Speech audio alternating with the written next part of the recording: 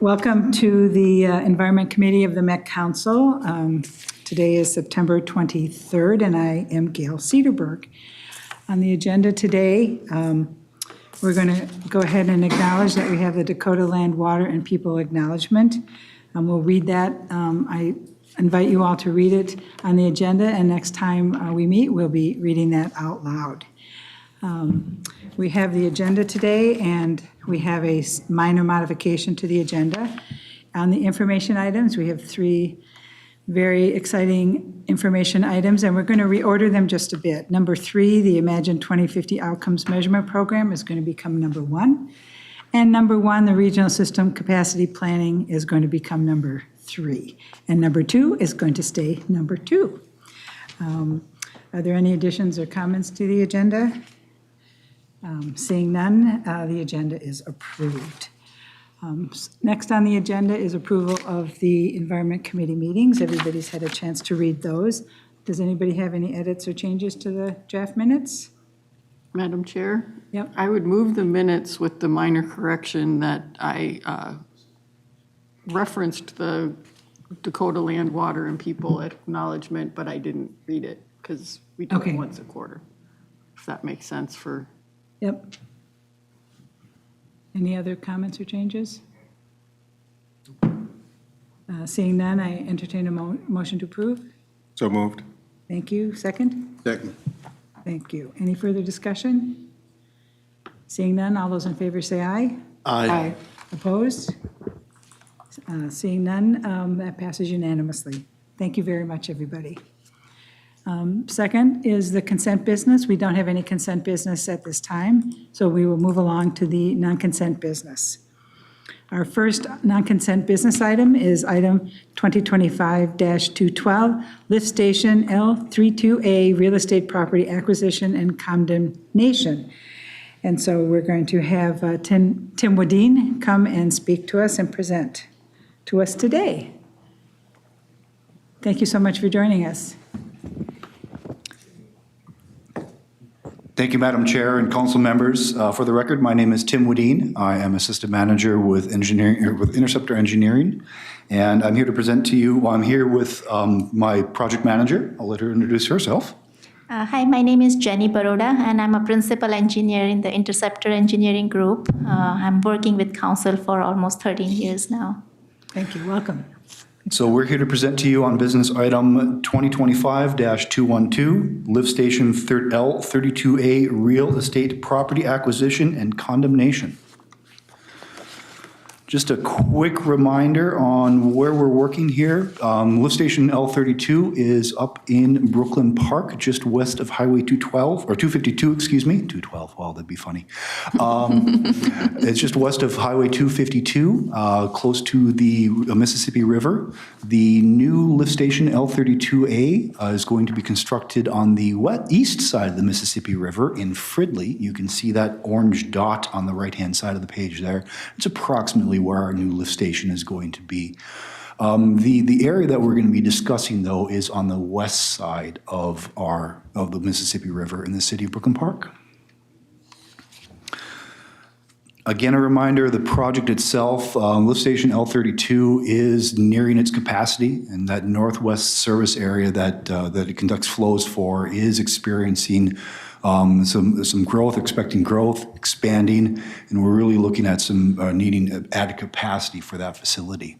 The facility itself is 50 years old, really at the end of its service life, and it's had a history of failures and basement backups. We've had other projects that have helped address that, but for continued improvements at that facility, we really do need to put in a new lift station for this to serve this area. There's a lot of system criticality issues that require some redundancy and resiliency. The existing location on the west side of the river, the left-hand side of the river, really doesn't have the space to expand. And so that new facility will be located on the east side of the river at the Girl Scout camp, the former Girl Scout camp Loxley site on the Fridley side of the river. But the west side of the river, we're still going to have some work on that side.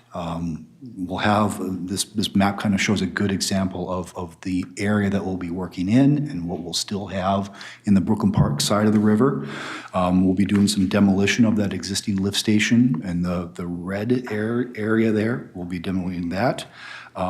We'll be protecting the odor control system that we're in the middle of constructing on that side of the river as well. That's that yellowish area.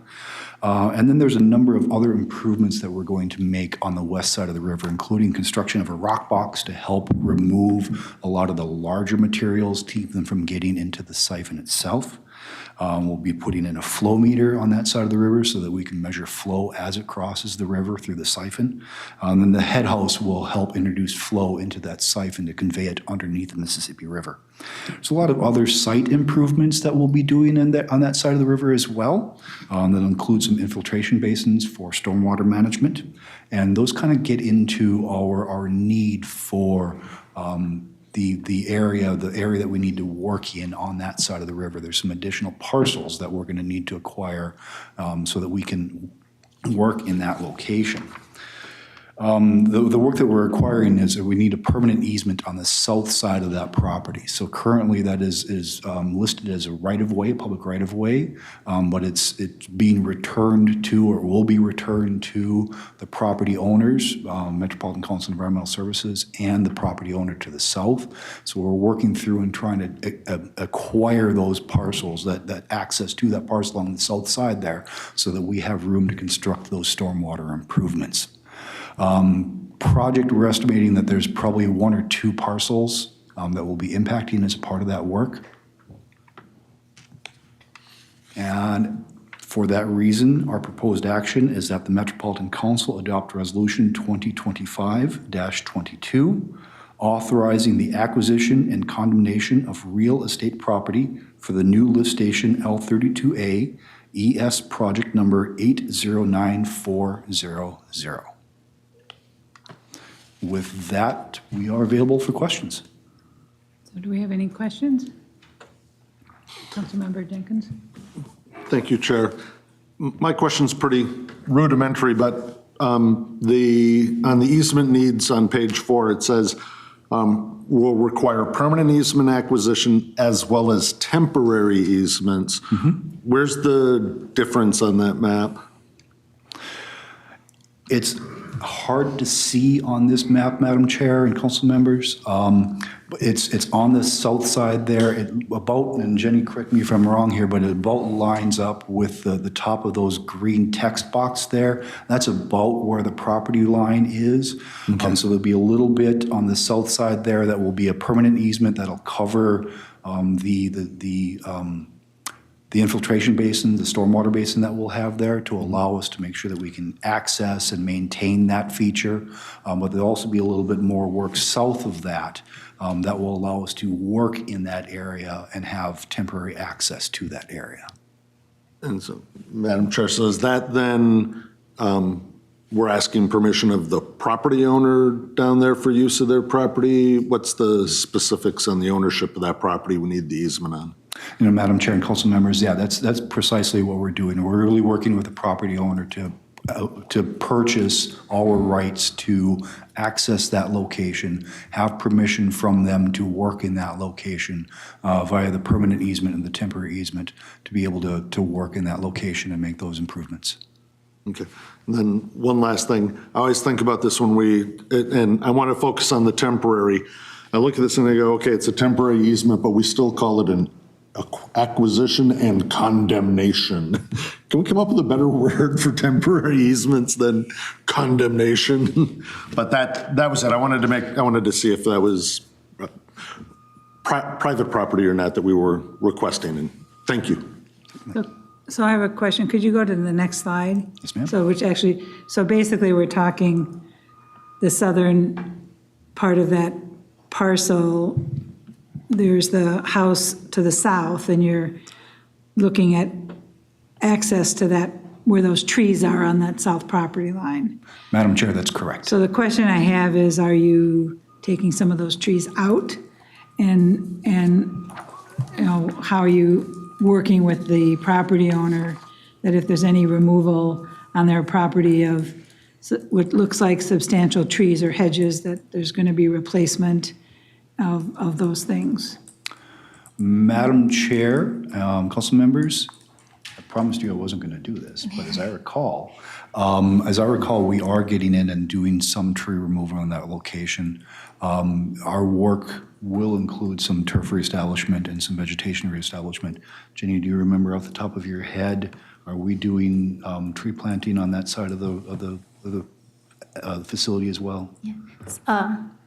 Madam Chair and council members, we will be working with the property owner, and based on the city requirements, we will be planting more trees once we are done based on their requirements, the city's requirements and the property owner's requirements. Do you have a comment? Yes. Well, yeah, if I can, thank you. Sorry, you're asking, and Kelly Jamison, Director of Real Estate, Madam Chair and council members, and you're asking the engineers some tough real estate questions. So I just thought jump in and help if I could explain a little bit more and know that there's, new council members. But the reason that we ask to condemn property is just by law, if we need it for the project, we always will try to negotiate with property owners first.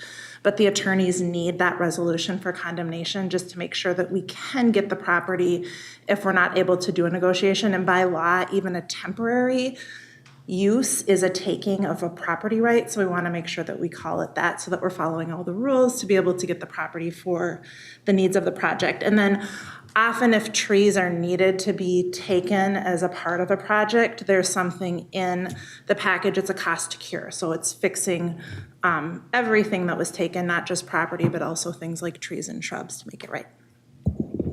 Thank you. And I just know that when you have your side of your property is screened and you don't see anything and you take it down and you plant little sticks of things that take 20 years to grow, and especially on this piece of property that's by the river, there might need to be a little bit more that's done, whether it's installing a fence or something, because what they're going to be looking at through that is something different than what they're looking at now. So, yep. Okay, thank you so much. Any other last questions or anything? If not, do we have a motion to approve? So moved. Approved by Councilman Second. Diego, second. Second. Councilmember Wolf. Any further discussion? Thank you. Seeing none, all those in favor say aye. Aye. All opposed, no. I guess I'm supposed to read the proposed action that we're supposed to vote on, so let me go back and read that. Proposed action that the Metropolitan Council adopt Resolution 2025 am I reading the right one? Make sure I got the right one here. Yep. Let me just see. 2025-25, authorizing the acquisition and condemnation of real estate property for the new lift station L32A, ES project number 80940. So we've already voted, that passes unanimously, and thank you so much. Thank you, And Madam thank you Chair. for coming in and talking to real estate with us, so, thank you. Chair, it didn't pass unanimously. You had voted no. No, I voted yes. I didn't vote no. Okay, sorry. No, I misheard. just said if anybody votes no. So- Oh, okay. No, of course. No, sorry. The next business item is business item 2025-213, authorization to hold a public hearing on the draft facility plan. Madam Chair, before we go to the next thing, the business item has 2025-25, but the resolution and the presentation have 2025-22. 212. Okay. Yeah, Those- I made a note, we'll correct So that. it's- we'll to the- correct it. Should be 212. Oh, 212. And on this one, it's 20, you got it. It'll be Okay. 22. Yep, so it's printed off on the summary, different than what's printed off. Thank you, Councilmember Wolf. We will correct that. So all right, so we'll start over here on the next business item.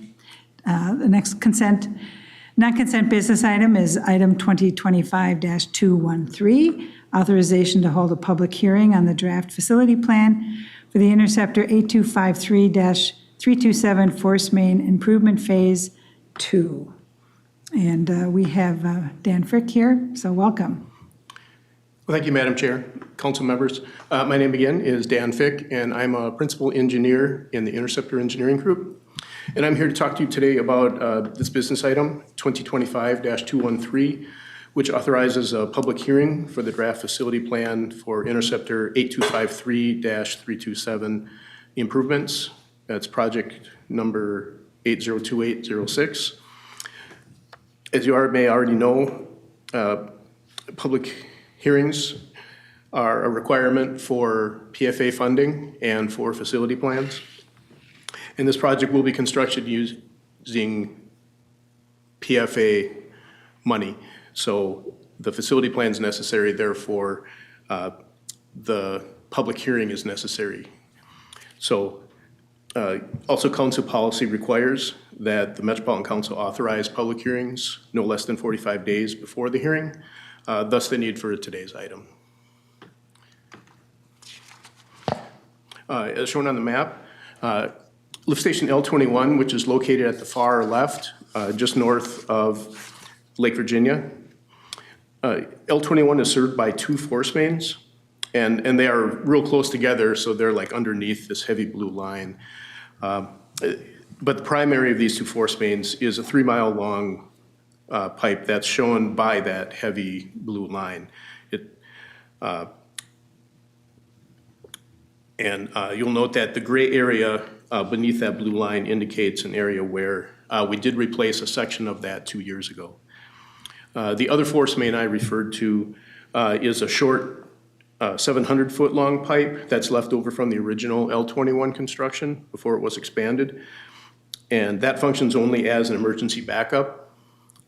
And just for reference, that short little pipe ends right about where the 9 in the M439, it ends right about where that 9 is. So it's just a short little pipe that comes off of the lift station. And this project proposes to construct a full capacity, full length second force main along that same alignment of the heavy blue line. So it would roughly parallel the existing primary line. And just some additional background on these pipes. And I'm sorry, there's a lot of numbers on this slide, so we engineers, we can't help it. No test. The primary force main was built in 1988.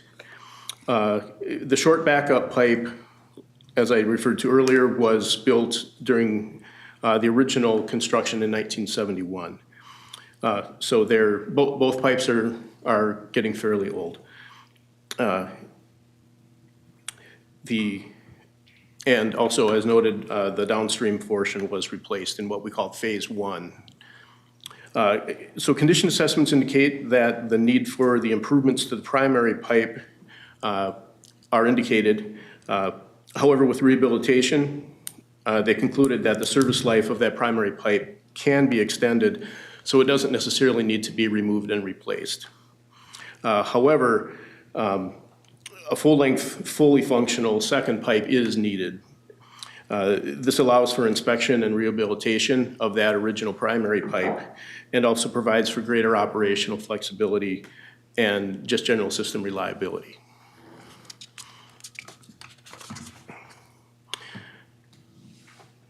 So if the public hearing is authorized at the October 8th Metropolitan Council meeting, the tentative schedule for this project would be on November 20th, we would hold an open house with the local community. Then the actual public hearing would occur on December 4th of 2025 here. And then we would have another business item in January of 2026 for the actual adoption of the final facility plan.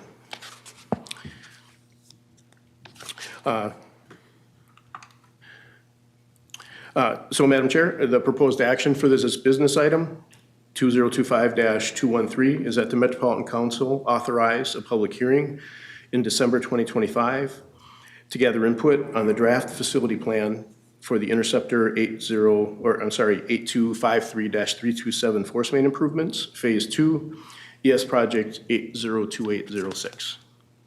Well, thank you so much. Do we have any questions or comments? Dr. Carter? Yeah, I Councilmember just had a Carter? question. How far back does the history of high flows go in this area?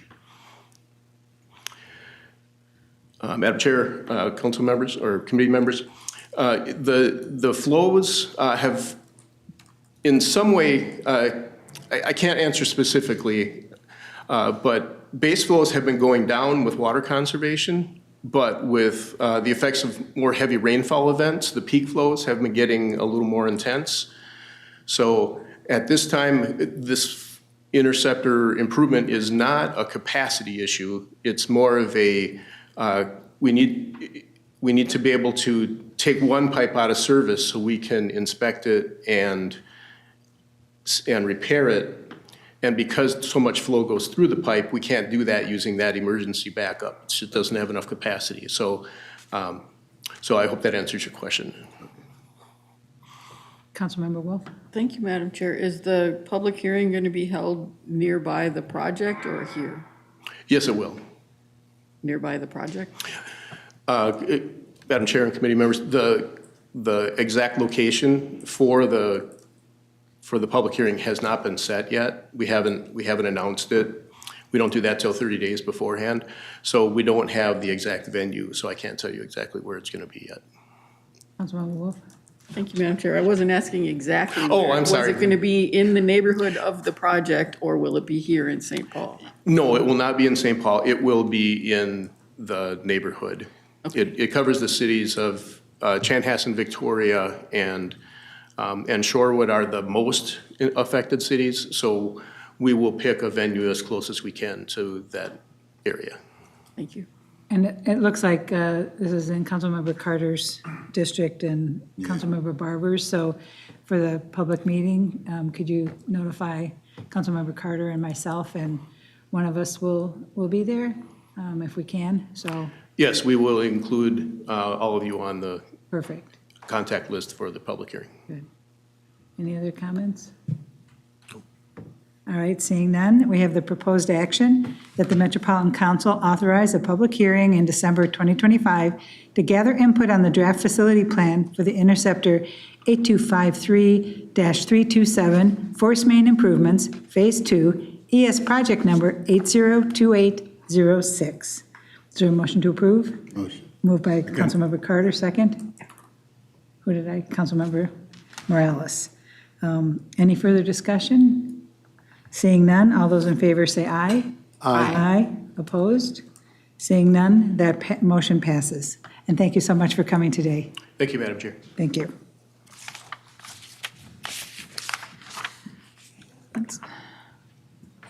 Our next business item is item number 2025. Pardon me, Madam That's Chair. all right. I'm looking for an FTA backpack. Over there. There, we were wondering who missed me personally. Thank you. Don't look at the man behind the curtain.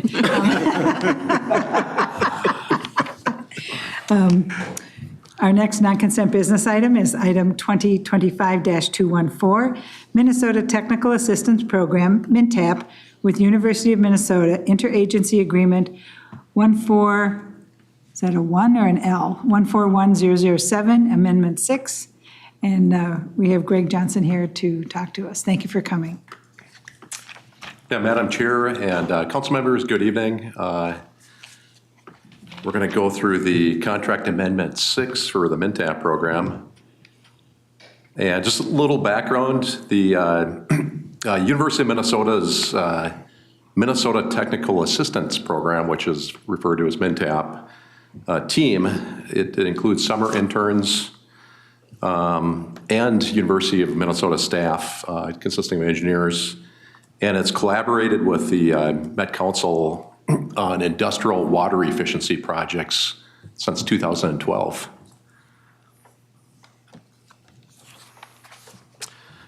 So the recent efforts of the summer interns have focused on improving water efficiencies at several industries in the metro region to reduce water consumption. For many industries, this has resulted in a reduction in wastewater generation, which has provided additional wastewater capacity for future population growth in the metro region. MNTAP summer interns gain valuable experience. Businesses can obtain their services at a low cost, and the region's water supplies reap the benefit.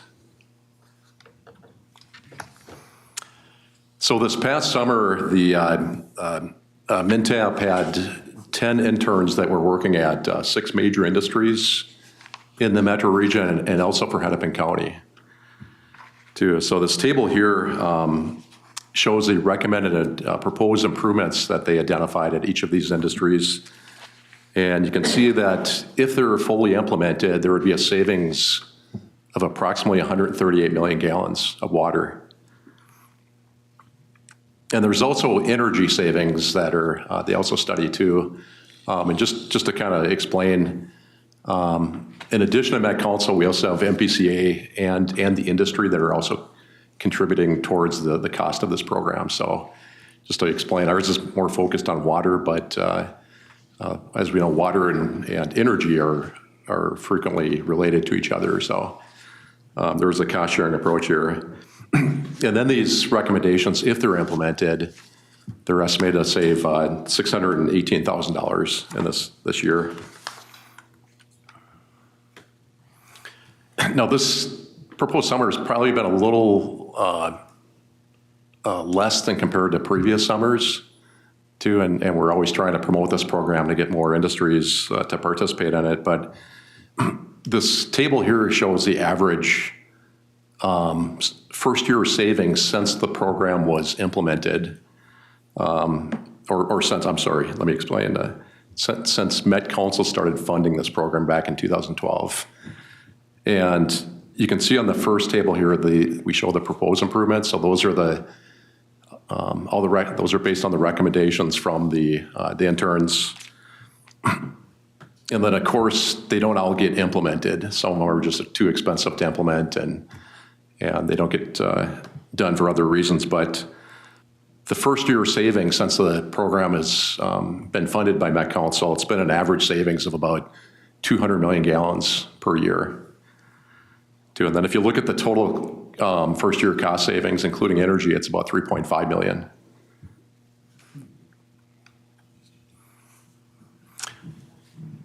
So every year at the end of the summer, the University of Minnesota, they host what they call their MNTAP interim symposium. And this happened, the last one was in August. And so the students present their research and recommendations that they made at these industries. And then at the end of their presentations, they form a panel and they take questions from the audience too. So it's been some really interesting projects that they've presented. And then just a little information on the previous contract amendment. So the first contract in 2012 was for $52,500. And since then, it's been amended for an additional $1,010,000.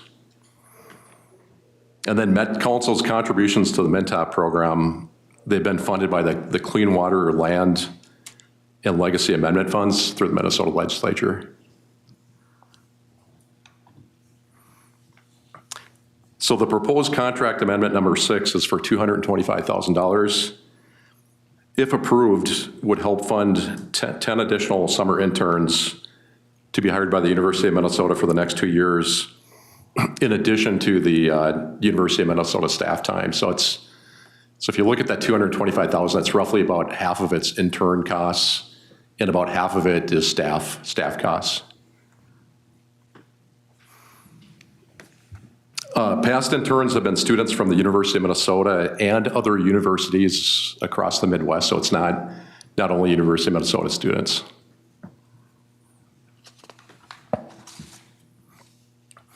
So, Madam Chair and council members, the proposed action is that the Metropolitan Council authorize its regional administrator to execute contract amendment number 6 for the University of Minnesota to continue advancing our water conservation goals for the MNTAP program. This amendment will be for a total of $225,000 for a contract duration of 2 years, for a total contract not to exceed value of $1,287,500. And with that, we'll take questions. Questions, anyone? Councilmember Wolf? Thank you, Madam Chair. Great program. I mean, it provides a tremendous opportunity for hands-on experience for the engineering students, and it's great for our industries as well. Is there any way to kind of get an idea of what industries have done over time? You know, maybe they didn't make the improvements the first year, but they eventually got them done. It'd be nice to know how much of the things have been implemented beyond the first year, not just what they were able to do immediately. Yeah, actually, Madam Chair and council members, that's a great question, too. We do receive a quarterly report from the University of Minnesota that we can certainly share. I would have to go back to see if it shows kind of cumulative going back, but we could certainly look into that. Thank you. Try to get that data, sure. Councilmember Jenkins? Madam Chair, thank you.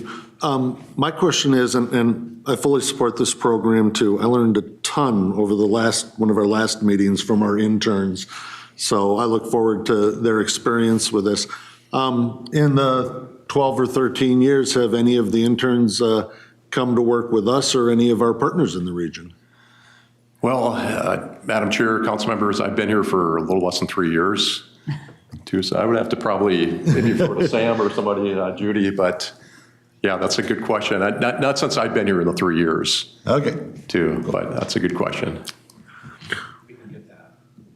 We'll just put a harder recruiting ploy when they come present to us. There you go.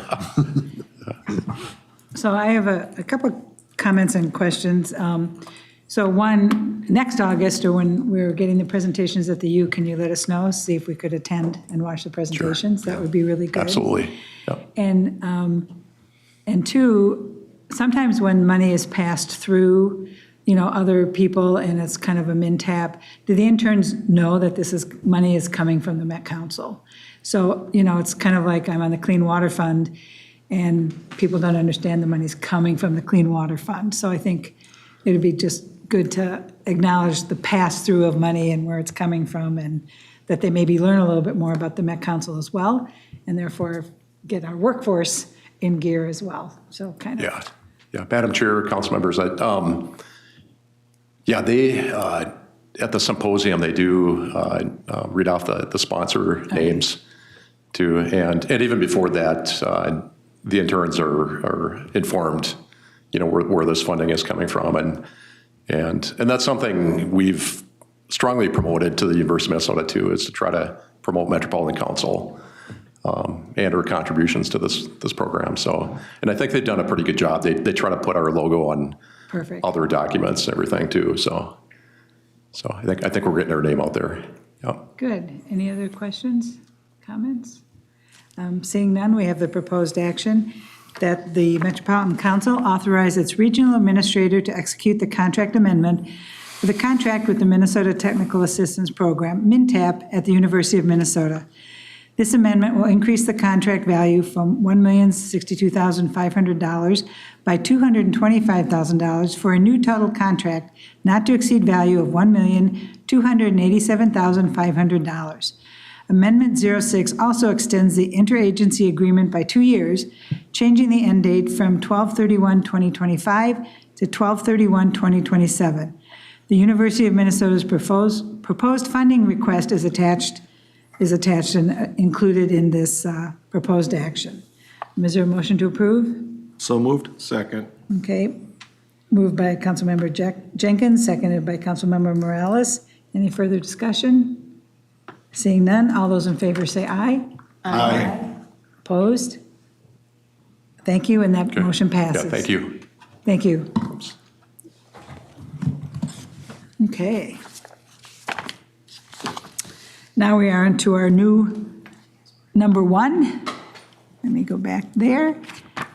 We've got our new information presentation is Imagine 2020-50 Outcomes Measurement Program, Policy Outcomes Measurement. We've got Maureen Hoffman, Steve Kloby, and Jen Kostrowski with us today. I hope I said all those last names correctly, or at least was close.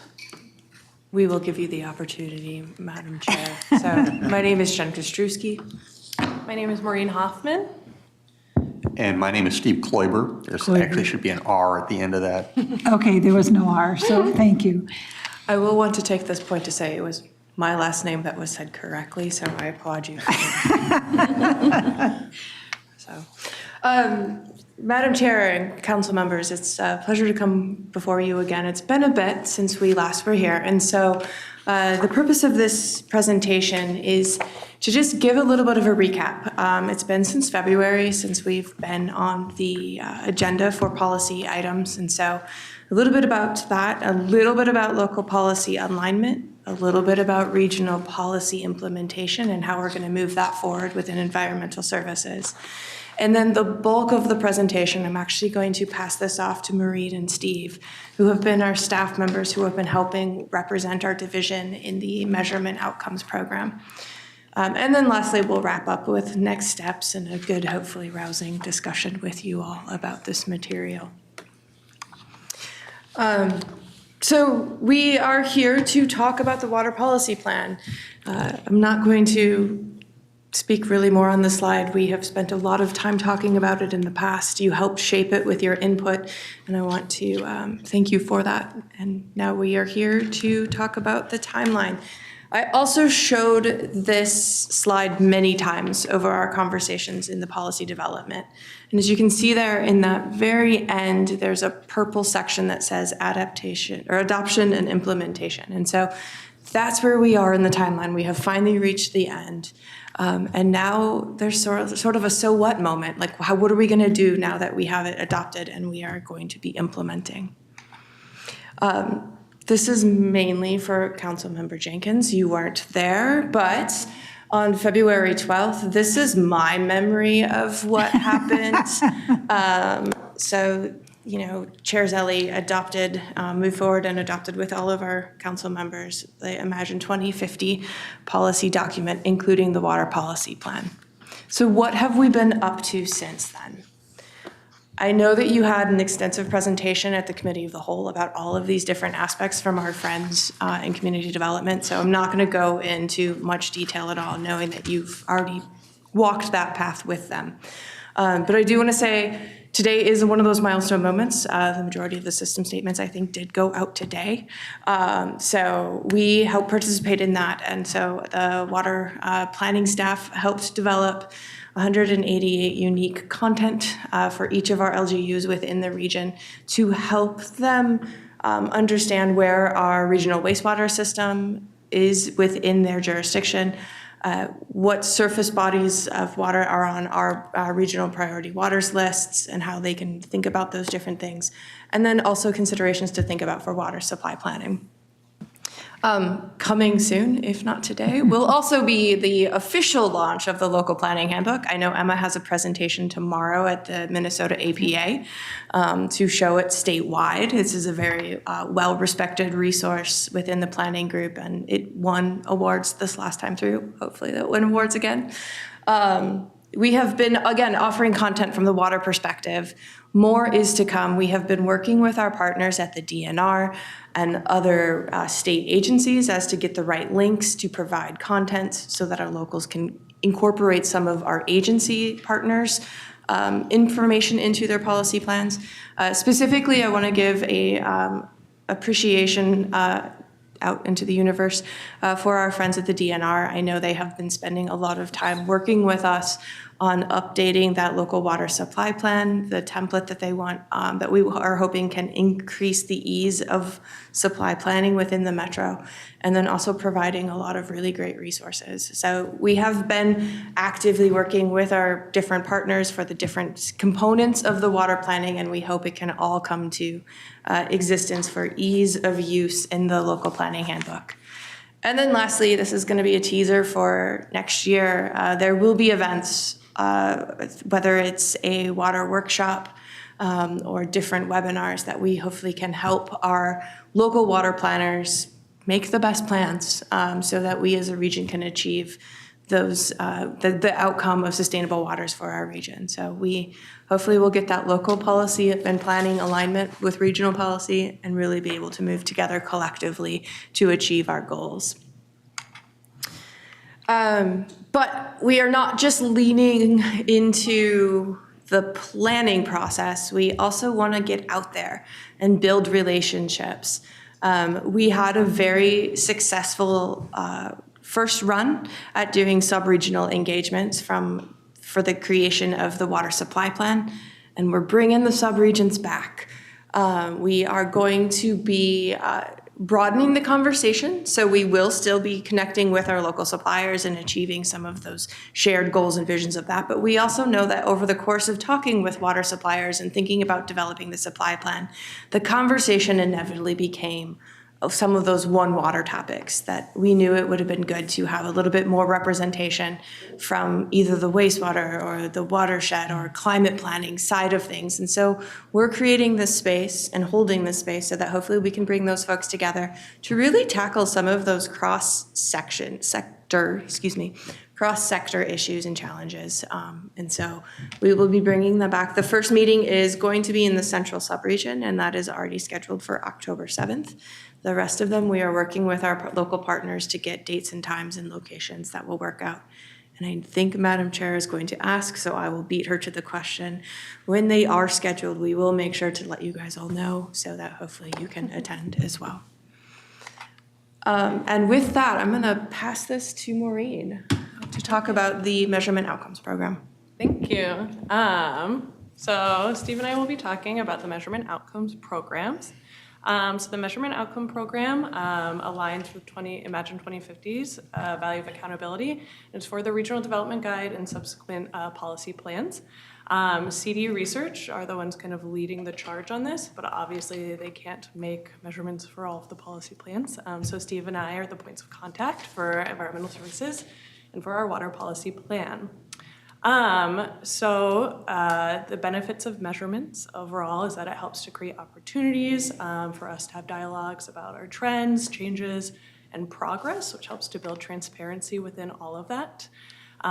It helps us to align our internal commitments, and it really helps us to support data-informed decision and policy making moving forward. So looking kind of specifically at what Steve and I have been doing since we've started working on this, we've engaged with over 50 ES staff from all of the planning areas. So we have wastewater, surface water, water supply. And so really we want to just kind of stress that Steve and I weren't just kind of making these measures ourselves. It was really going to the subject matter experts on all of our different teams and asking them what they should represent their work. And building off of that, this is kind of new for all of us, not just ES, but I think all of the policy plan areas. And I think there was, a bit of tension or fear, just kind of, what is this? This is going to be a whole new workload for all of our staff. What does that look like? So we really wanted to focus on data that already existed within our work. So kind of going to the different teams, asking them what they're doing, what data they're already collecting, so that we can really leverage the work we're already doing and kind of, build a nice starting off point for this measurement program and work we're doing. We also have been, thanks to CD Research, been really able to collaborate with the other regional development guide staff to help ensure that we're all aligned and working together. A good example would be parks wanted to have measures on water quality of water bodies within the regional parks. So we worked with them to kind of help identify good data sources and to align it with our measures as well. And we have also been sharing all of this work with ES leadership and checking in throughout the process, and now we are here sharing it with you, the Environment Committee.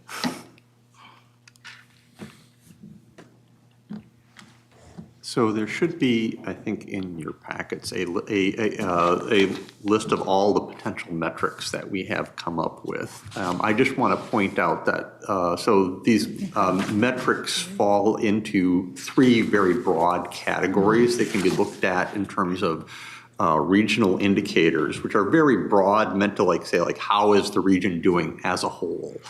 And then we have regional measures, which are meant to give an indication of how our partners are advancing the vision of the 2050 goals and policies in terms of things like, for example, are they adopting the policies that are helping? What are they doing in terms of programs and fiscal tools and funding? How are they engaging in this? And then lastly, we have the things that we're doing. So that's the Met Council measures. So that looks to the council's programs, grant programs, other programs, processes, and how we are engaging with the broader community to advance the 2050 goals as well. So I don't need to, you're probably all very familiar with the 5 broad goals in 2050. This is in here as a reminder that, the measures that are in the packet, they are presented in the first instance, they're presented in how they are aligned with the 2050 goals. So these weren't just things we thought of randomly, but they were intentionally selected to hopefully provide meaningful connections to the goals in 2050. So we're aiming for, as Maureen already indicated, like it's feasibility. Do we have the data? Is this something we can actually do? And are they meaningful? And do they align with the goals as expressed by 2050? You're not intended to read all of these either, but there are 12 policies for the water policy plan. That is the way in the packet. The second presentation is the same set of measurements, but they're just shown and how they align to the water policy plan. So the same measures have been crosswalked to both the goals of the Imagine 2050 as well as the policy plans in the policies in the water policy plan.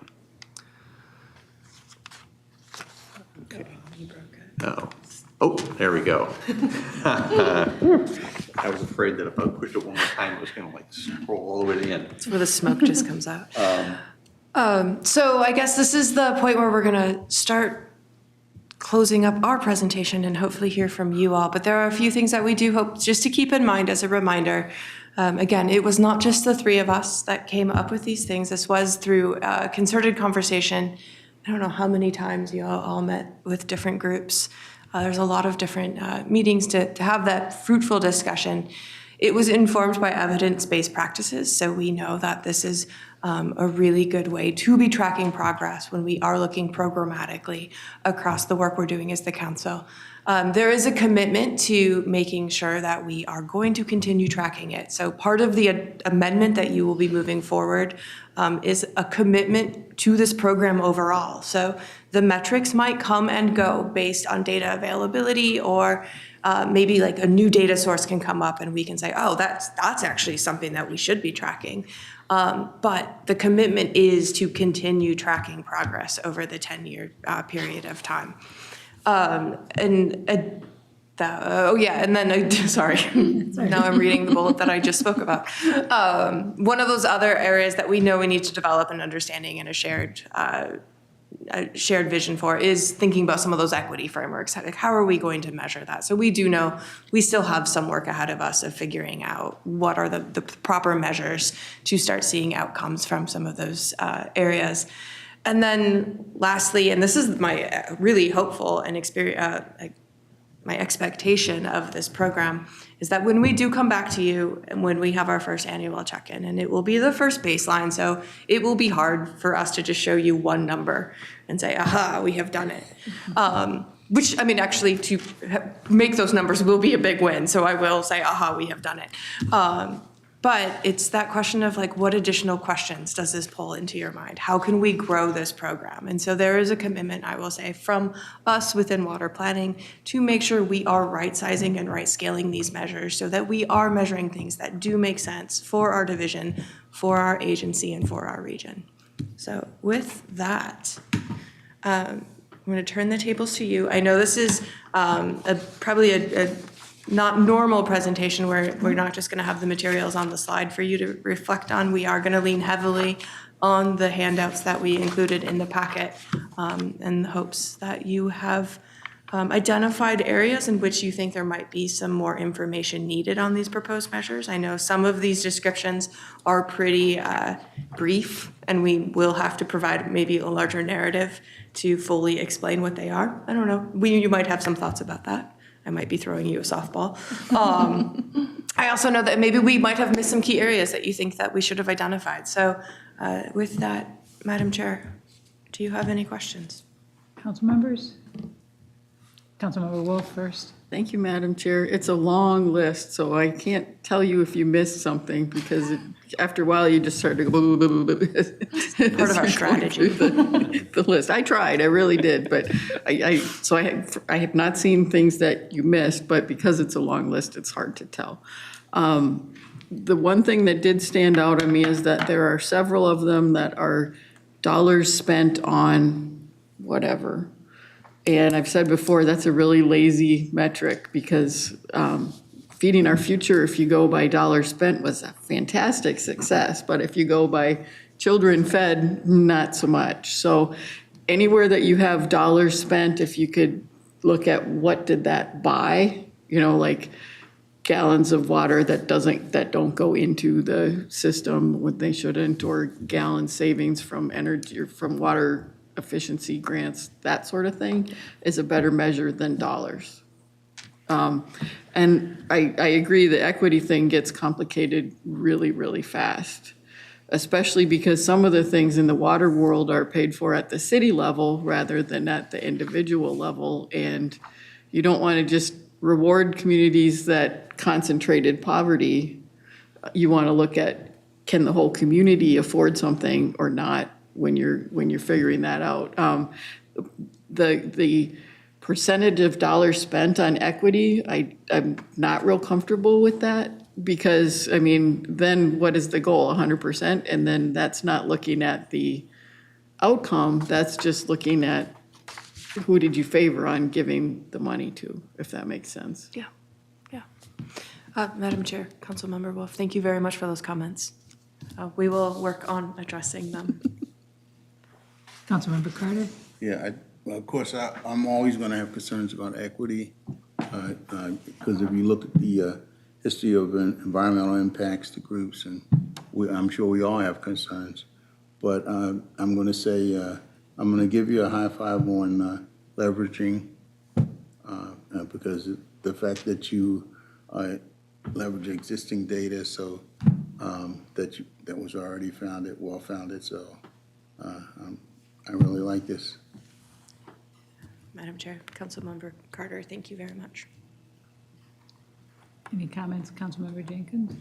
Yeah, a question. I want to dig deeper into the regionality of the data. Who are some of have we worked with some of our local partners and stuff in not duplicating their measures, and maybe talk a little bit about our partners in that data?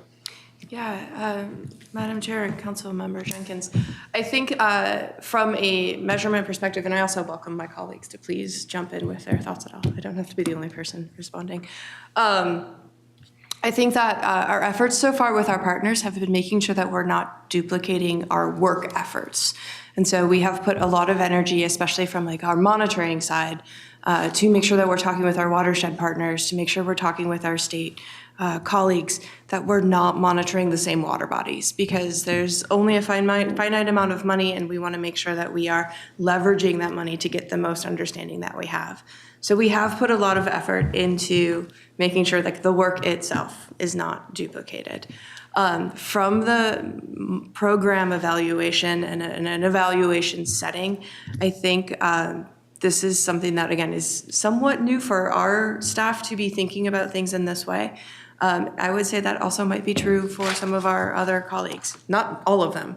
We have some colleagues that have pretty robust evaluation programs of the work that they are doing. And we actually, I know for me, I was looking at some of what they were looking at to borrow and see what we could be inspired by. But I think that that is an opportunity as we develop and make this program more robust over the next 10 years to make sure that the data we are collecting can support that regional narrative, and hopefully we can share with others to have a greater understanding of what's happening. Okay, thank you, and Madam Chair, and a follow-up, and I think you've already alluded to it, and that's a two-way street, right? Yep. The stuff we're doing, we're sharing with our partners as well, so they don't need to duplicate efforts as well. Is that correct? Yep. Yes, Madam Chair, council members, I just wanted to add to that as Manager Struskay, like what Jen had already indicated, that we do collaborate with, and coordinate with partners on monitoring to make sure that we're not being duplicative. It does actually show that we have like paired measures for, like, for example, we have paired measures for the percentage of priority waters that we're monitoring. And so we're counting those that our partners are monitoring as well as those that we are monitoring. And you really need to look at both of those in order to really understand the full picture. Because if you just looked at one, for example, you may see that, hey, Met Council's monitoring fewer lakes now. Why is that? Well, because partners decided to step up and actually do more of their own monitoring. So you really need to look at both of those together. Thank you. Yeah, and I'll just offer one more insight, Madam Chair. I think this is the beauty of the framework that our friends in CD gifted us with this program, is that by having these 3 different types of measures, whether they're regional indicators, regional measurements, or Met Council measurements, and I hope I got that right, Kristen, that provides us that mix and match opportunity, because especially within the water sector, no one agency is doing this alone. We cannot do it alone. That is at the heart, the message of the water policy plan, and I think it's proving itself in the metrics as well. I just had kind of a follow-up comment. So in your regional, sub-region water meetings, are you going to be talking about this as well, or? That is, Madam Chair, that is a really good idea. I mean, it's a lot of information, and maybe just to float it out there or something like that, or? Yeah. Say that you're doing it at least. We are starting, so again, we're starting those, we're crafting the agendas now for that first I mean, meeting. it doesn't have to be the first meeting. And what I was going to say is I do want to have a standing part on the agenda just to say what we've been up to. Whether it is talking about Metro Model groundwater update, which we will be having our kickoff on Thursday, whether it's talking about this metric and measurement program. I do think that, I do want to share with our locals what we have been doing. So hopefully they can inform what we're doing if they have good ideas. We're not the only ones to have good ideas. And also so that, where there are opportunities to connect or maybe help further their understanding in this whatever realm, we can help share that information. And then you've been doing such a good job of engagement, and it's really interesting because as we're doing more engagement, more and more people are interested in water, and so then the whole feedback loop is getting bigger and bigger and bigger. And I was at an event for Bronze Creek on Saturday, and it's just filled with people and what they've done on the restoration there from the Clean Water Fund and Met Council. They actually talked about Met Council doing the sampling there. And so with this engagement, how do you kind of make sure that we're also just reaching the citizen on the street person? Because organizations are easier to reach, they're already engaged, but I just encourage you to continue to try and capture more single people who are not maybe connected so much by outreach. And that just feeds, makes it all better for everybody. Madam Chair, I want you to promise or at least testify that I did not ask you to ask me this question. However, I will say I do have some very good news. I have been able, as we are taking on more of this work, we have needed more staff to help support this work. And so my most recent hire actually just started today, but there will be a future hire that will be coming on October 6th. And that individual is going to help us connect from more of that equity planning and understanding of what water equity means.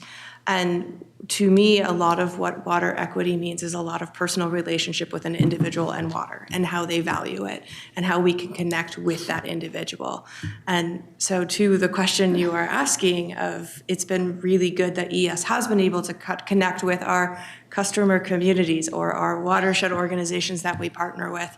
I'm hoping that this can be some dedicated staff time to start thinking about the region as 3 million people, not necessarily 33 watershed districts or, all of our different groupings of organizations. And so they haven't come yet, but I'm very excited for them to join our team.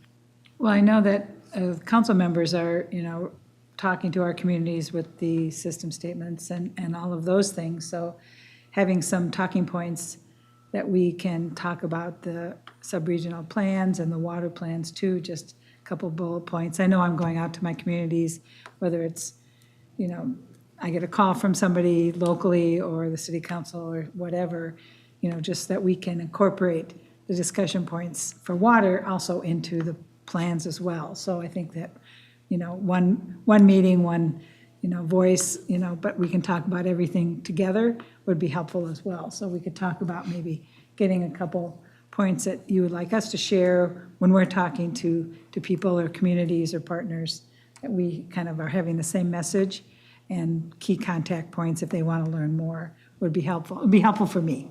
So, Thank you, Madam Chair. We'll work on that. perfect. Okay. We have one more slide, I think. Oh, one more slide, thank you. I was going to walk away without finishing our presentation.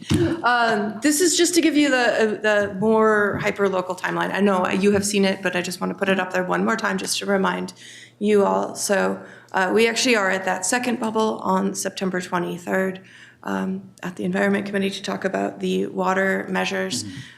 You will get to see our colleagues, Sarah and Kristen, come to the Met Council meeting on the 8th to show the entirety of all the metrics. So we've been trying to move these metrics, because to Councilmember Wolf's statement, this is a lot. And to suddenly pull together all of the measures, that is a lot. But you will get that opportunity on the 8th to just see how impressive those numbers of measures are and how they all stack up. On October 22nd, that is where we will be starting the official public comment period for the draft amendment for the Regional Development Guide. And then hopefully we'll get some really good insights and comments from the public. We'll incorporate them and then be able to pass or adopt the amendments in January of 2026.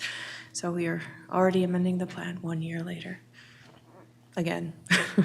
So, and with that, thank you very much for your time. I appreciate the opportunity to speak to you all. It's always a pleasure.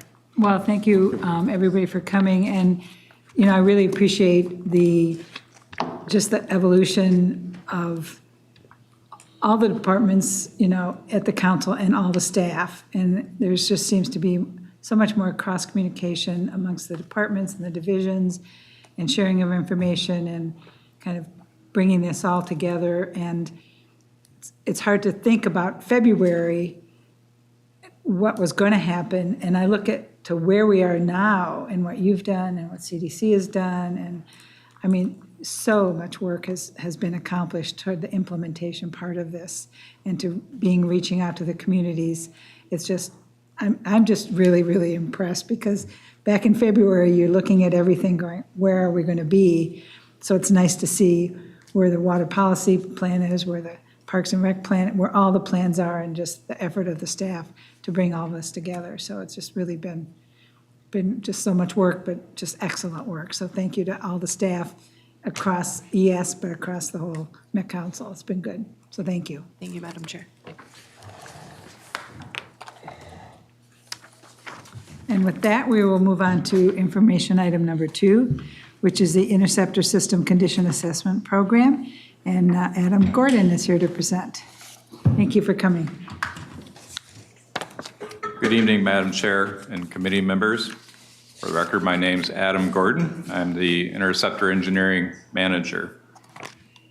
And tonight, I'd like to present to you the Interceptor System Condition Assessment Program, and I'm going to apologize right off the bat.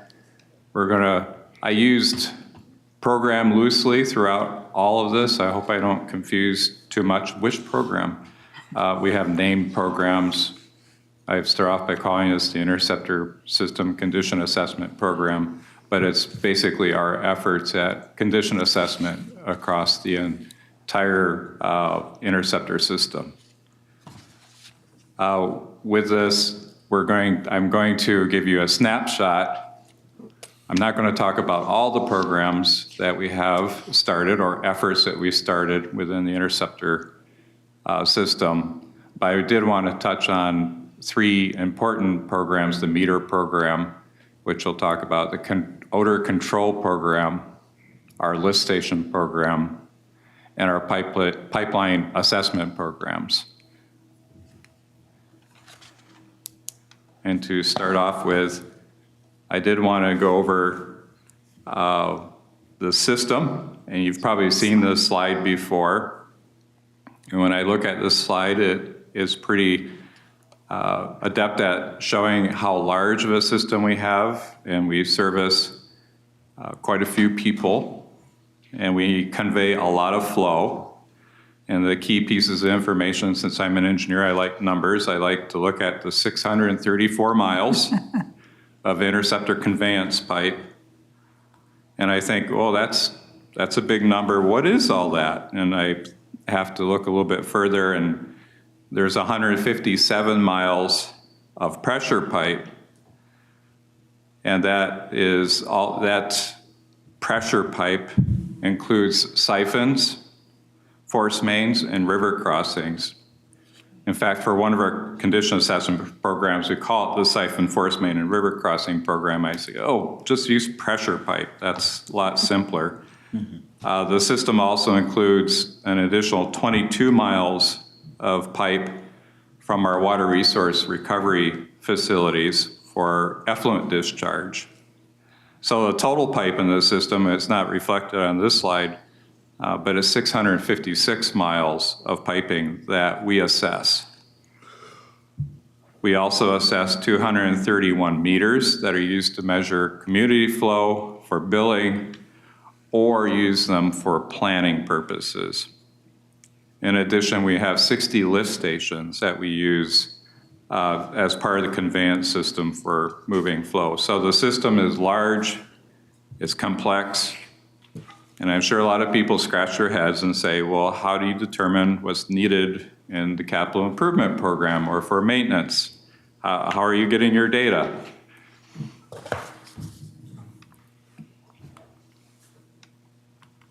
And I showed you this slide this last month as part of the capital improvement program of how we do prioritize projects that come into the capital improvement program, and how we use risk to determine what projects should be included in the capital improvement program.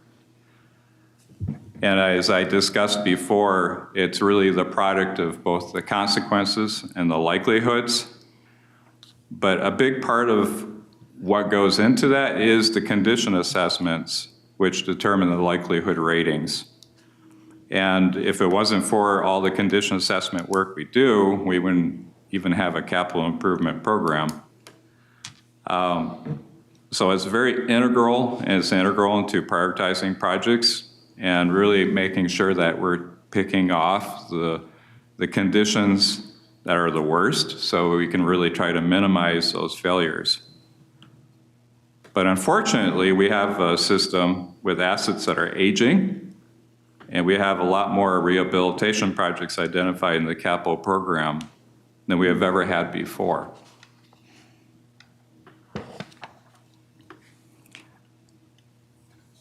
So we set to work to really formalize our condition assessment programs. And just an artifact, a note, so one of the things we published with this year's 2026 or 2031 capital improvement program, 53% of the entire program was identified for preservation of assets. And when I hear that, I think, or rehabilitation, we need to rehabilitate those things which are not in great condition. But close to 80% of the interceptor program that we reviewed this last month is for rehabilitation. So really staying on top of those condition assessments has been critical. In 2019, we wanted to formalize and make it more systematic how we conducted those condition assessments. And part of that was defining who has responsibility for each of the programs, what work was to be done, how it was to be completed, and how we make that data accessible to staff who need to plan maintenance projects and capital projects. And the result of it this year was that we added 82,000 feet or 15.5 miles of interceptor sewer requiring rehabilitation in addition to 14 lift stations and 4 meter stations. And all this is a direct result of the condition assessment programs.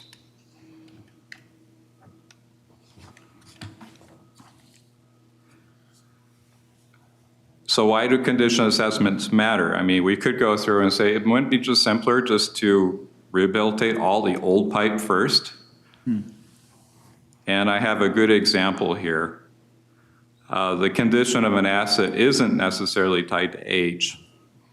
And the condition is dependent on a large number of factors, including for gravity pipes, say airflow, the wastewater composition, turbulence, and much more. The image on the left is 1MN312 in Minneapolis. I think you can see it fairly clearly. The pipe is an egg-shaped conduit that measures 60 inches across and it's 90 inches tall. And it's constructed as cast-in-place reinforced concrete pipe. And it's constructed in 1929 and is in good condition, has a rating of 3. You can see even the imprint of the wood planking that was used to form the crown of the pipe in the photo. And there's no corrosion or exposed aggregate. So I look at pipes like that and I say, that's wonderful. The image on the right is of 7029 in Forest Lake.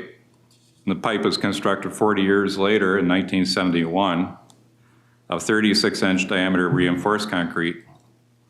And the pipe has a rating of 4. It's in poor condition. I would argue it might even be a little bit worse than 4. And you can see the concrete spalling off the side of the pipe and exposing the concrete aggregate from all the corrosion. Fortunately, this pipe was included in the capital project to be bid this fall. So it's already designed, it's about ready to be advertised.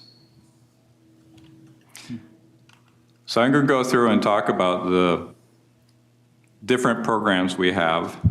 And I wanted to start with the meter program. I'm going to go through, I know you guys love pictures, so you notice there's no words on the slides. I just included pictures. I'm doing all the talking. You can just look at the pictures. The picture on the left is a typical flume that we use for metering.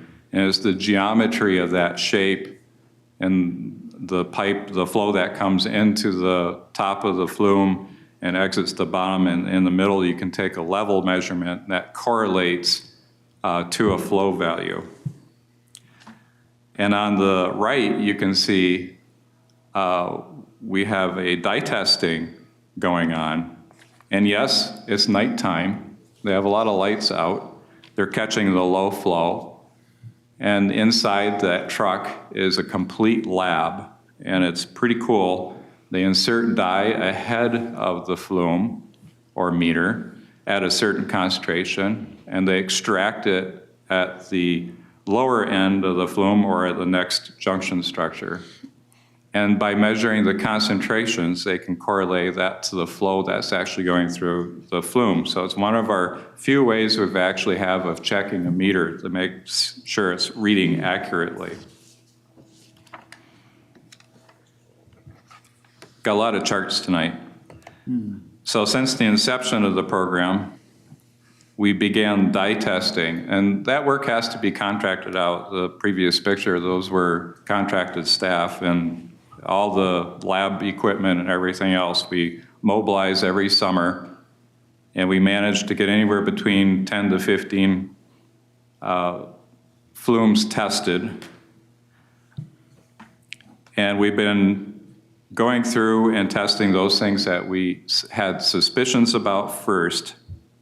In 2022, we tested 12 flumes. In 2023, we tested 11. 2024, we tested 15, and 2025, we tested 10.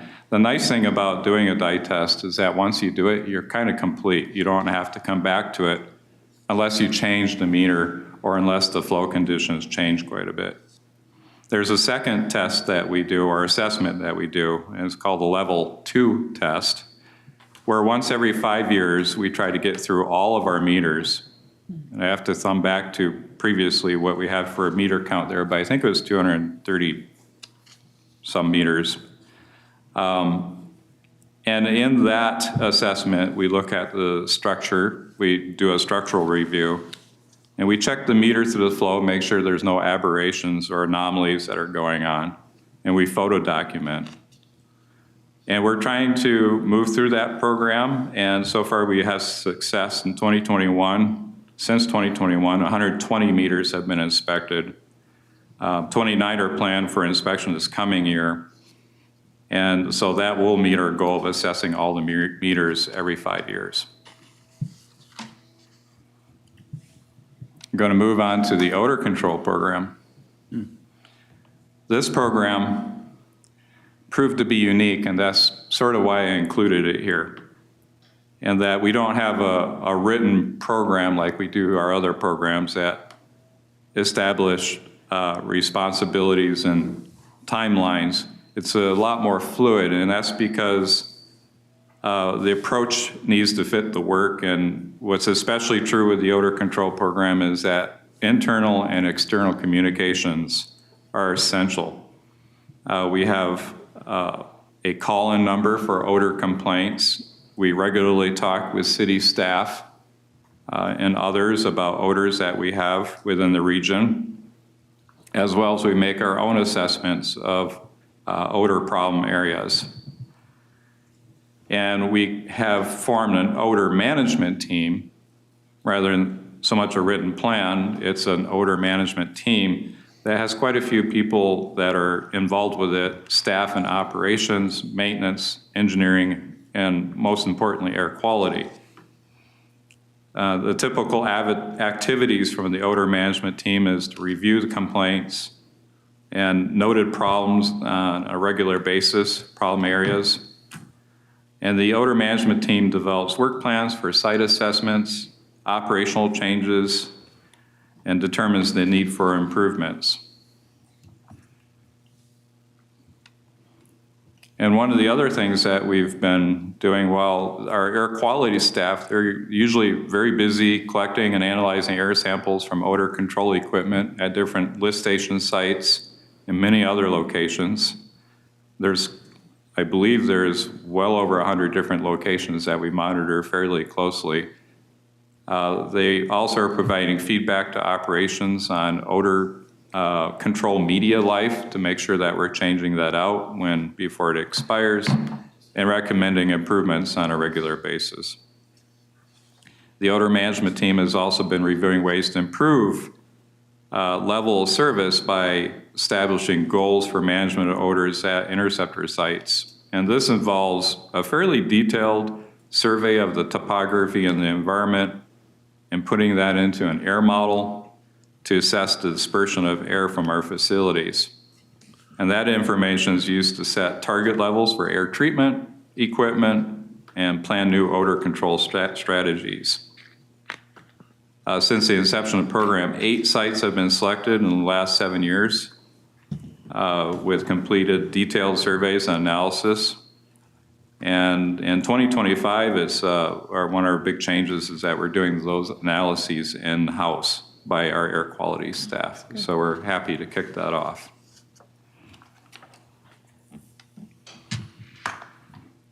I want to talk about our lift station assessment program.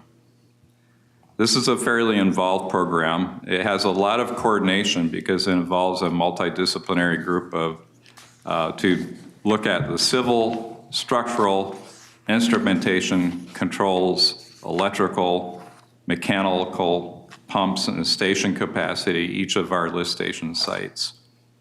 And you can see in the picture there, that's a submersible lift station in which somebody's going into the wet well to check out the structural conditions. And the picture on the right is of someone using a GoPro on a long handle there to take accurate photographs of the pumping equipment inside of a dry pit pumping station.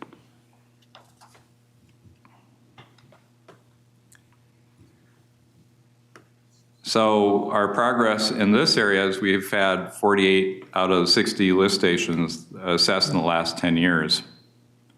The goal is to assess all 60 lift stations every 10 years. But you can see some gaps in there, and I had to stare at that a little bit. It brought back some bad memories. We had COVID restrictions for large groups of consultants and staff that slowed this effort in 2021 and again in 2023. If it wasn't for those 2 years, we would have made our goal of assessing every station in 10 years.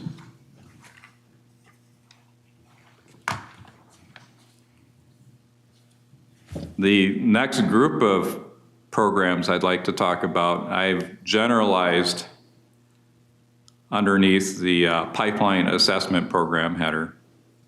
And these include the gravity interceptor program, the siphon river crossing and force main program, which I made mention of pressure pipe, as well as the cathodic protection program. And these all are very involved with the 656 miles of pipeline that I mentioned earlier.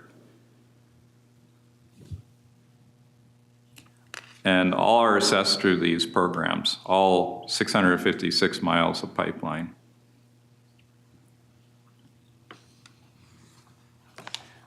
One of the things we did when we first kicked off these programs in 2019 was we looked at our best practices for inspection and what should be the inspection interval to set up all of our work plans going forward. And these were really taken from industry standards as well as reviewing what other municipalities are doing around the country. We made it a little bit flexible, what makes sense to us, in that we have what I like to term corrodable pipe, which includes concrete and ductile iron, cast iron and steel pipes. We like to inspect those more frequently. And those pipes which are made of non-corrodable materials, such as plastic or polymers, they're assessed every 15 years. And if the previous inspection of pipes result in a rating of 4, which is a poor condition, we move that down to 5 years. And it's good to note here that all the condition 4 pipe and the inspections conducted prior to this year have been included in the capital program. So I'm going to talk first about the Siphon River Crossing Force Main program. And I think we just heard earlier tonight, one of the difficulties when completing condition assessments in our pressure pipe program is that many of our pressure pipes were designed and constructed as inaccessible facilities, meaning they're buried and there's no access other than there's a pump on one end and there's a discharge on the other end. And typically, there's only a single pipe. So that is a problem, as you heard in Interceptor 8253-327 that Dan Fick was just presenting earlier. We're constructing a whole nother pipe in order to relieve the flow on the original pipe so we can get into that pipe and inspect it. So it's requiring a whole construction project just to assess the conditions of that pipeline. The alternative is that we do a temporary conveyance, and as you know, around town, as you've seen us rehab pipes, a lot of those are very large and complex. The picture on the left, this is a fun one. This is the siphon underneath Warner Road for 1MS 100. I don't know which box they're standing in, but they are. That's normally a whole submerged rectangular pipe. There's 3 pipes. 54-inch by 114-inch tall pipe.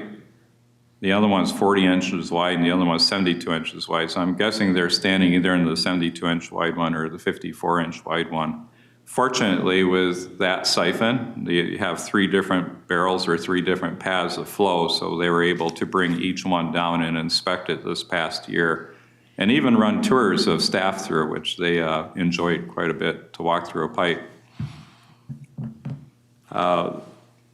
Technology has been evolving over the last 20 years to provide us some new tools.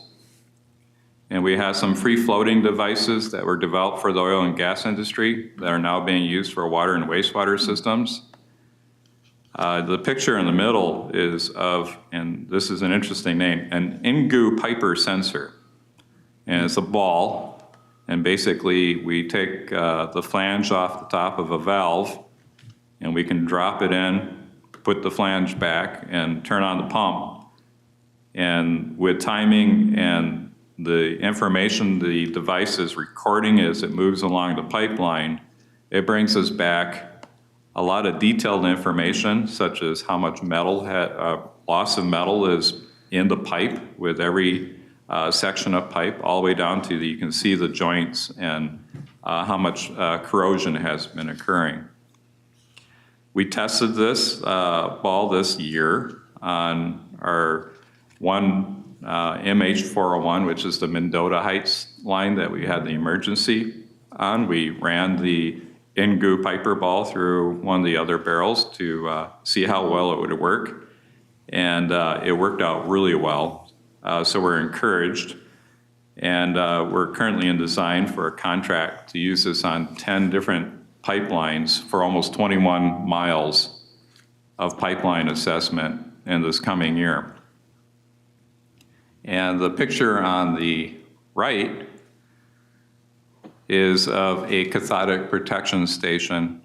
Cathodic protection we use in the pressure pipe program. Metallic pipes do corrode internally, but more often they corrode on the exterior of the pipe surface, and that's due to the soils and the moisture and dissolved salts.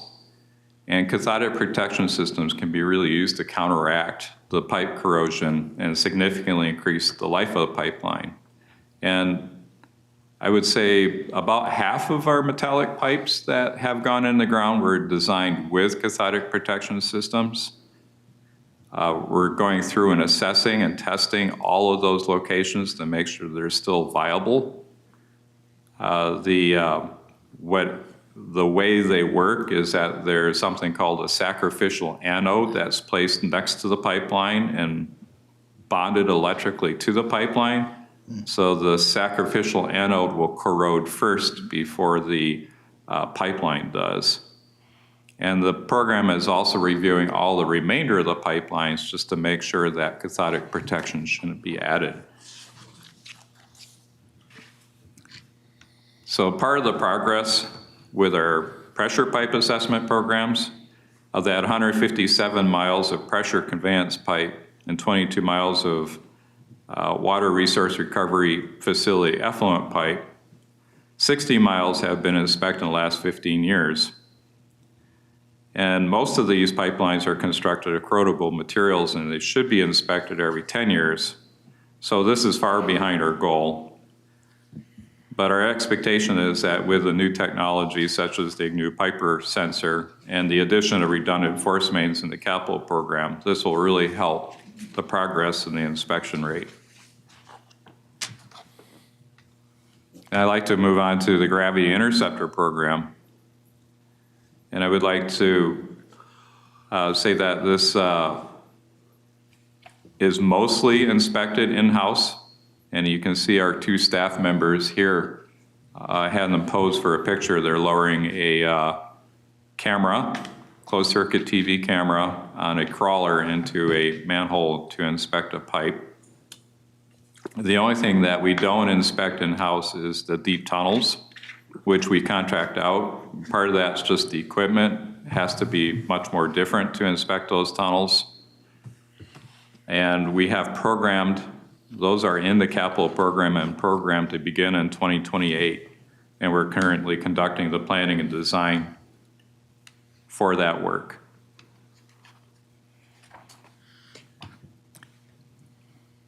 So this slide chart shows the progress for gravity sewer inspection.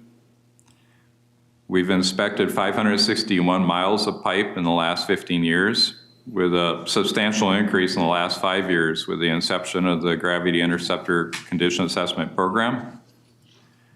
The amount of pipe inspected each year has been meeting the yearly goal, which is typically between 35 to 45 miles, depending on accessibility and difficulty of getting into those pipes.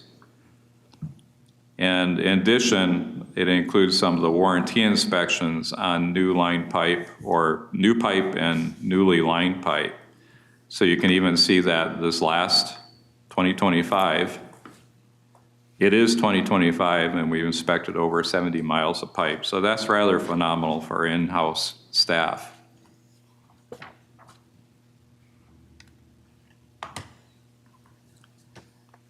So I'm going to show you some charts. I originally developed these charts back in 2022 to show the progress that we've been making within the program. And then for this presentation, we had all these charts updated with our current GIS data. The chart on the left shows the ages in the interceptor in the system, which a lot of people like. I mean, this tells a big story right here.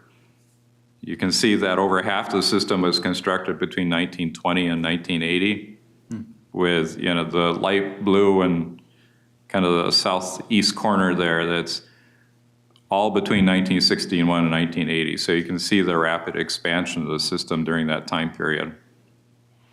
And a lot of people are amused to see that, yes, we have pipes from 1886.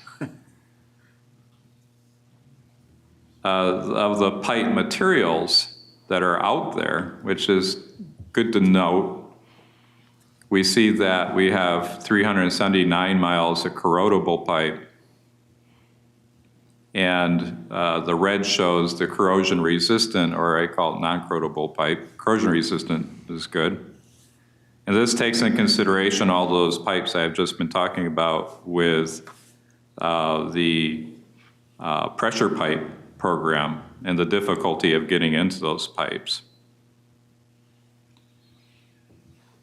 In the 2022 analysis, we had about 386 miles of pipeline, and this has moved to 379. So we haven't made significant progress in that way, but it shows also that we have a lot of projects that are in the system going through planning and design to replace those.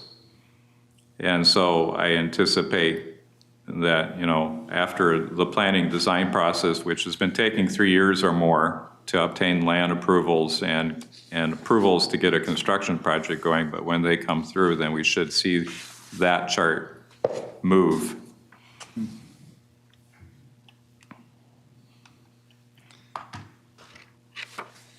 So this chart shows the overall conditions on the whole system. And one of the things I look at when I see this first is not rated. And of course, that reflects back to the pressure pipe.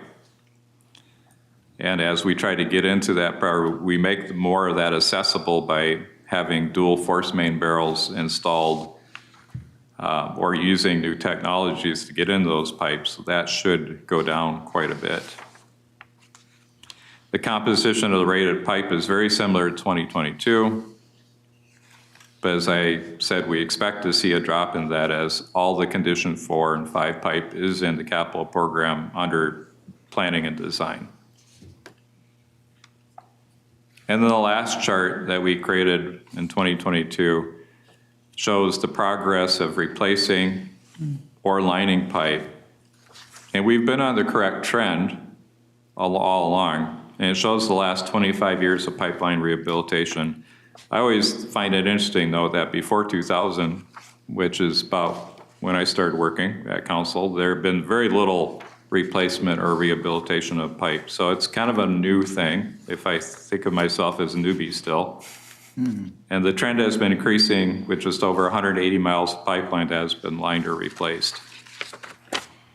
So we have 46 miles of pipeline that's been added into the capital program over the last 3 years. So this will go up with the 2030 bar as we add that into this analysis. So we see that increasing with time. And with that, we come to the end of my presentation. Hopefully I wasn't too long-winded. And I can open it up for any questions. There's a lot of data and charts and things to show. We have time for a question. We want to make sure we leave time for Kyle for his presentation. Councilmember Carter?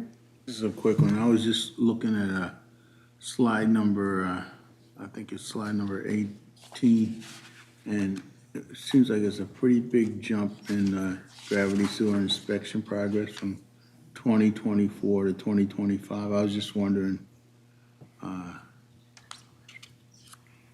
terms of miles of interceptor inspected, I was just wondering what caused that. I really think that the amount of inspection has always been related to both our organization and our efficiency internally, really is what it comes down to. And I've noted that too. That is not a pat on my back, but it's certainly a pat on our operations leaders in being able to make sure that they not only get through what they were programmed to, but also perform warranty inspections, as well as they've also gone back and looked at, particular areas for the engineering group. So they've done a phenomenal amount of work. They have demonstrated that they really do have the capacity to go out and do quite a bit of work. It will change. I can hear my dark angel already saying, yeah, but there's all those tough pipes. Sometimes they get to situations where it will take half a day to run a crawler down a segment of pipe because it's just deep, or the flow conditions are terrible, or the access to the structures is not, middle of a busy street or something like that. And they have to set up a lot of traffic control. So every place is different and requires different amounts of effort. But they've done a remarkably good job. And just the last piece, I was one of those 1880 pipes. Are they automatically scheduled to be replaced, or are they good as long as they're in a certain state of condition? As we, Chair and committee members, we allow the risk assessments to drive the entire program. So if a pipe like the one in Minneapolis, or even some I've been looking at, I was going to bring in some pictures of the 1886 pipes in West St. Paul that I was just looking at this past week for a project. Most of them are in the program because they have other issues, but some are in remarkably good shape. And we won't fix things unless really the condition assessments require that we do, unless we're caught between, sometimes a lot of cases, you're caught between a bad piece of pipe and then there's a good piece, better, I'll call it a better piece of pipe, and then a bad piece of pipe. We'll line through the whole thing just for efficiency and make sure that we have some longevity to that pipeline. But we are allowing the risk evaluation to drive the program. Pretty good set of data. Councilmember Jenkins? Thank you. Yeah. So I want to confirm something first before I ask the second question. When we do pipeline rehabilitation, and I'm looking at 18 gravity interceptor assessment, where we talk about the pipe materials, do we do liners as part of that rehabilitation project? Yes, committee members and chair, one of our primary ways of rehabilitating a pipe, and you'll hear a lot of jargon, hopefully not from me, but certainly as people come up here and have their projects and their presentations, you're going to hear the acronym CIPP used a lot, which is a cured in place pipe. Okay. It's basically a fiberglass sock that's impregnated with resin that's inflated in the pipe. And once that's cured out, it's as good as a good fiberglass pipe and should have a long life to it. So then the question off of that was, then once it's lined, does it move from the corrodable to corrosion resistant category? It moves to the corrosion resistant category. Okay, cool. Thank you. Any other comments? I'll just make a comment. Who knew in my graduate studies fluid mechanics of closed pipes and fluid mechanics of open pipes and laminar flow, turbulent flow. Here I am talking about all these pipes. It's just, to me, it's fascinating. So I want to thank you for coming. And no more questions. I think what we're going to do is we are going to move the regional system capacity planning talk to our next meeting or the next meeting. In looking at this, I mean, everything we're spending time on. We want to make sure we give ample time to our speakers, our presentations, our questions, and to really demonstrate to all our stakeholders just the amazing work that's being done. So I don't want to cut Kyle's time off, because the capacity planning is really tied into our growth models and our water planning and everything. So Adam, thank you for coming, and no, you did not spend too much time talking on everything, because we've had questions about all of this and how all these things are done. And I really like the fact that we're using the risk assessment to really drive it and really using our data. So it's much appreciated. So thank you so much for spending the time putting together this information. It's great. Thank you. So thank you. So Kyle, we will reschedule you if that's okay for you. So thank you. But your talk is all done, so now next time it'll be easy, right? So there we go. Reports, I don't have any reports. Committee members, anything to talk about? General manager? I'm good. Nope. So seeing no other questions or comments or no other business, I'll say that our meeting is adjourned. So thank you so much.